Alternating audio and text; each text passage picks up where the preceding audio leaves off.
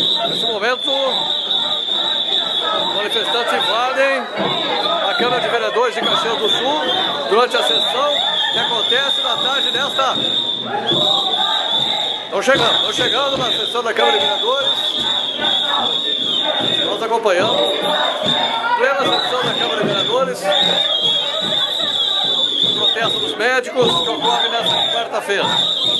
Sessão da Câmara de Vereadores de Caxias do Sul fazendo sua manifestação.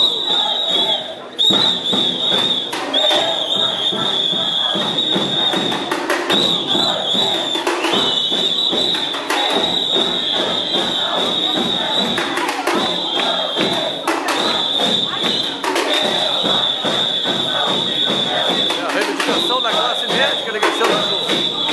A sessão que estava vazia, agora já está cheia.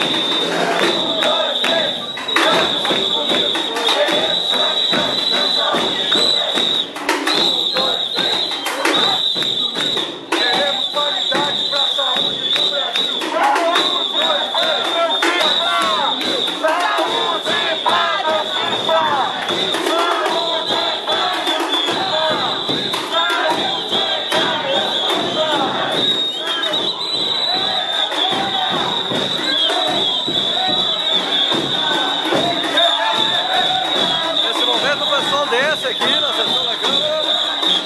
A Câmara de Vereadores de Caxias do Sul, com exceções, agora começaram mais cedo.